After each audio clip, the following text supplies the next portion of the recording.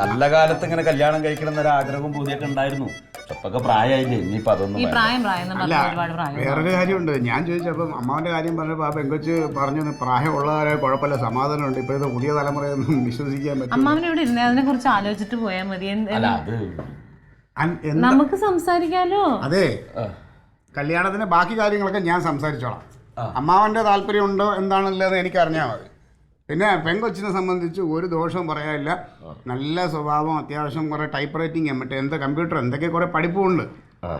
നല്ല കാര്യമാണ്. നടക്കണമെങ്കിൽ നടക്കട്ടെ. അമ്മേനോടൊന്ന് പറയില്ലെങ്കിൽ ഞങ്ങള് പറയാം. അമ്മാവന് താല്പര്യം ഉണ്ടോ ഇല്ല എന്നുള്ളത് പറഞ്ഞാൽ മതി.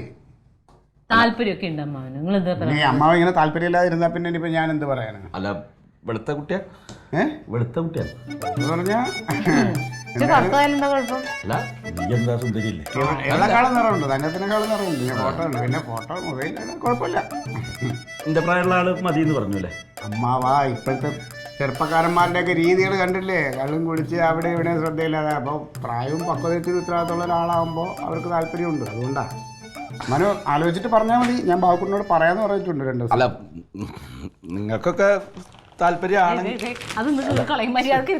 അല്ല നിങ്ങൾക്ക് താല്പര്യമാണെങ്കിൽ, നിങ്ങൾക്കൊക്കെ അമ്മാവന്റെ കാര്യത്തിൽ ഒരു ശ്രദ്ധ ഉണ്ടെങ്കിൽ നിങ്ങൾക്കൊക്കെ വേണമെങ്കിൽ. അതെ, അമ്മാവ വേണമെങ്കിൽ വേണമെന്ന് പറ. ഇങ്ങനെ ഉരുണ്ട് കളിക്കണ്ട. ചുമ്മാ 2 വെള്ളത്തിൽ വേണമെന്നുണ്ട് മനസ്സില്.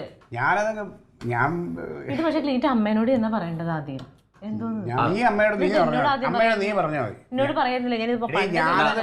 അത് വേണ്ട ചേച്ചി, പറയണ്ട, കളിയൊക്കെ ഉള്ളൂ.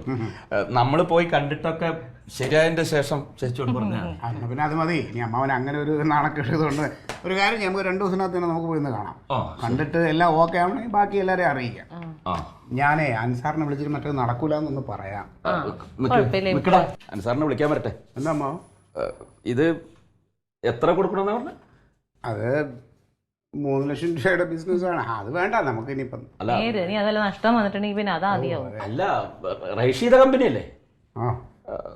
3 ലക്ഷം കൊടുക്കുമ്പോ നമുക്ക് മാസം മാസം ഇന്ന് 30,000 രൂപ വെച്ച് കമ്പനി നമുക്ക് തരും. എന്നാ പിന്നെ തങ്കത്തിന്റെ പേർക്ക് ഞാനത് എഴുതി തരാം. കാരണം എൻ്റെ ആവശ്യങ്ങൾക്ക് വേണ്ടിയിട്ട് നിങ്ങളിങ്ങനെ ശ്രമിക്കുമ്പോൾ എൻ്റെ കുട്ടികൾക്ക് വേണ്ടി ഞാൻ എന്തെങ്കിലുമൊക്കെ ചെയ്യണ്ടേ? ഞാൻ അതിൽ 2-3 കൊല്ലത്തെ കരടച്ചിട്ടില്ല.